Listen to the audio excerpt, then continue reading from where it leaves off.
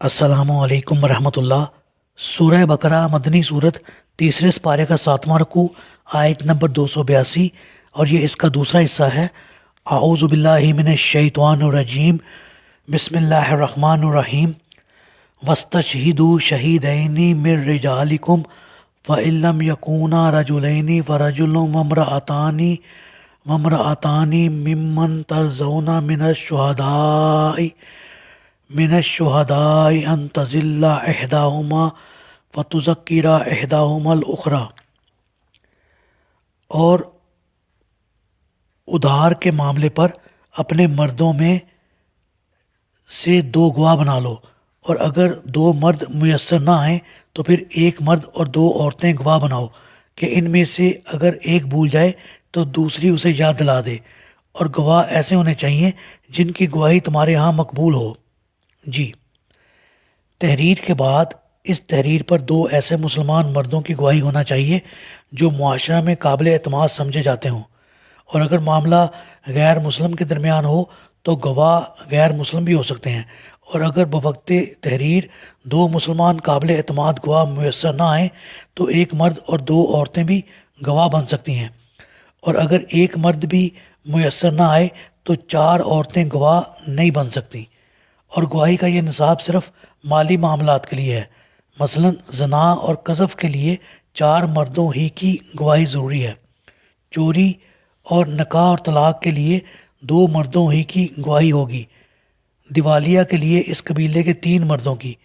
روت حلال کے لیے صرف ایک مسلمان کی، اور رضاعت کے ثبوت کے لیے صرف ایک متعلقہ عورت یعنی دائیہ ہی گواہی کے لیے کافی ہوتی ہے۔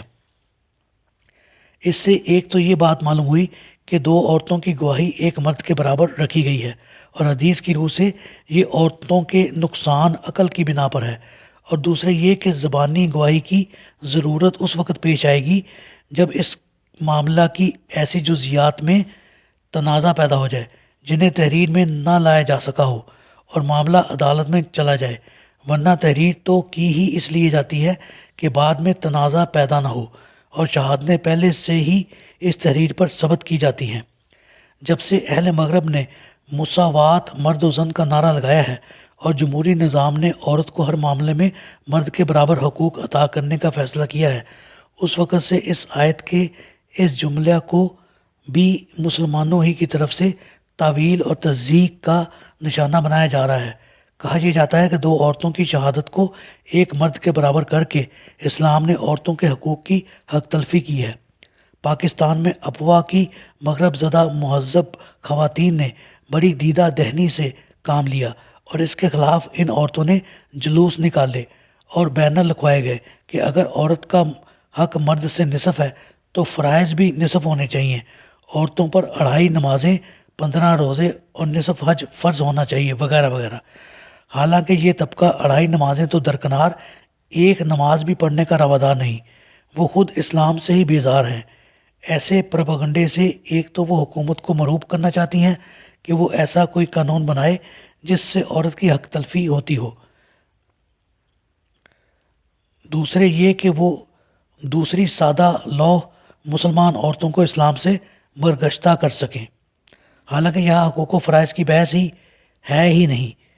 آیت میں یہ کہا گیا ہے کہ اگر ایک عورت بھول جائے تو دوسری اسے یاد دلا دے۔ اس میں نہ عورت کے کسی حق کی حق تلفی ہوتی ہے اور نہ اس کی تحقیر ہوتی ہے، بات صرف نسیان کی ہے، اور وہ بھی اس جزیات میں جو تحریر میں آنے سے رہ گئی ہوں۔ اب یہاں سوال یہ پیدا ہوتا ہے کہ اگر عورت بھول سکتی ہے تو کیا مرد نہیں بھول سکتا؟ تو اس کا جواب بالکل واضح ہے کہ اسلامی قانون عام حالات کے مطابق وضع کیے گئے ہیں، اور ان کا وضع خود اللہ تعالیٰ ہے جو اپنی مخلوق کی خامیوں اور خوبیوں سے پوری طرح واقف ہے۔ عورت پر حیض، نفاس اور حمل اور وضع حمل کے دوران کچھ ایسے اوقات آتے ہیں جب اس کا دماغی توازن برقرار نہیں رہ سکتا، اور قدیم اور جدید حکیم سب عورت کی ایسی حالت کی تائید اور توثیق کرتے ہیں۔